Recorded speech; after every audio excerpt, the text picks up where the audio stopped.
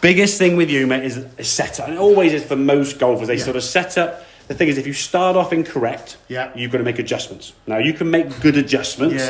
2 out of 5 will be good shots. The 3 out of 5 are a variety of bad. And that's the problem. It's not just one bad shot. It'd be a weak shot. It'd be a high shot. It'd be a fat shot, a thin shot, a hook. It's just everything. Then you go, what the hell am I doing? So ball position, as we said, was way back in the stance. Having the hands way forward as a result, which took a lot of loft. Look at the club there. I mean, you've got no loft on your 6-iron. So no wonder you could only hit a wedge or a 9-iron because they got more angle. You put a 6, a 5 or a 4-iron or 3 wood, you're almost negative loft. Now you're straight away in a sort of difficult position, okay? As a result of that, now it was very hard for you to shift. You had to kind of fall back on it, okay? You look at the setup position here now. These are some of the practice things you were doing there where you're trying to think about shifting to your right and then to your left. So your knee and your hip movement, moving this way into that left. So that's where you've got to try and practice this movement here now, which you would naturally do if you were swinging a golf club or throwing a ball or throwing a club or skimming a pebble or whatever it may be. You would move and shift in that way. I think what's happened through the winter, you've hit a couple of shots ground first behind the ball, and it's an absolute nightmare in the winter because it's so soft. And you've got, I'll tell you what, if I move that ball back a few inches, I'll hit the ball the same spot. But think of it this way, if you're trying to hit that coffee cup there and you're in the yellow tee peg, your actual attempt at trying to hit that equals that. So if you move where you're trying to hit back, what happens to your contact spot? It goes right with it. So now you hit the ball even further behind the ball, but just steeper. So you're in the more of the ground, so it's no benefit really.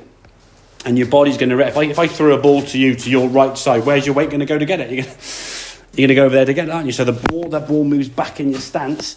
Very often, the more you're going to be on your right side hitting the golf ball. So we've got to get you feeling like there's a movement through your feet. So it's set up, you're kind of 50-50, okay? In your backswing, you're going to move to your right foot slightly, okay? Almost like a bit of a shift there. I'm going to be lifting the foot off the ground. That's quite a good draw to practice. But just feel that shift of weight and get your body moving. Then as you come back to the golf ball now, so you can see there's a distinct kind of shift this way to your right side. Now as you come back to the golf ball, we can focus from here now, planting the weight, moving the hips, moving the body and torso towards and down in the position we want to try and get to. As you come back to the golf, you see your hip moving now towards the edge of that mirror. I'm basically disappearing. My foot in the background there, with your foot in the mirror there, is being there, You're moving and covering that. So you're striking the ball and then moving through onto your left foot, finishing with a really good follow-through position. All your weight now is on your left side. Your head up, you're rotating, you're hitting the ball nicely and getting your distance and your yardage back and able to hit golf balls with minimal amount of loft, And the impact, as we said, that's just impact there now. Your hands now are back level with the golf ball. Whereas before they were scooping behind because in some ways they had to. You move the ball back here, it's like playing a squash shot. If the ball's in the corner there, you have to flick your wrist to try and get it back to the golf ball. So if the ball's way right of you, the only way you can get the club back onto target is just scoop and flick the wrist. Which is why I say you got 3-4 wrongs making a right. When they click, happy days.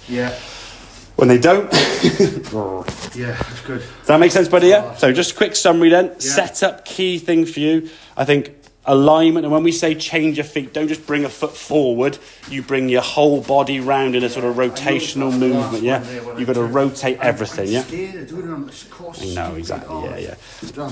So you're rotating and lining it better, ball position is better, and then swing thought now is going to be a sort of just a shift and sink of weight from right to left. Finish up on your left side. Don't get me wrong, you'll still finish on your left side and hit bad shots.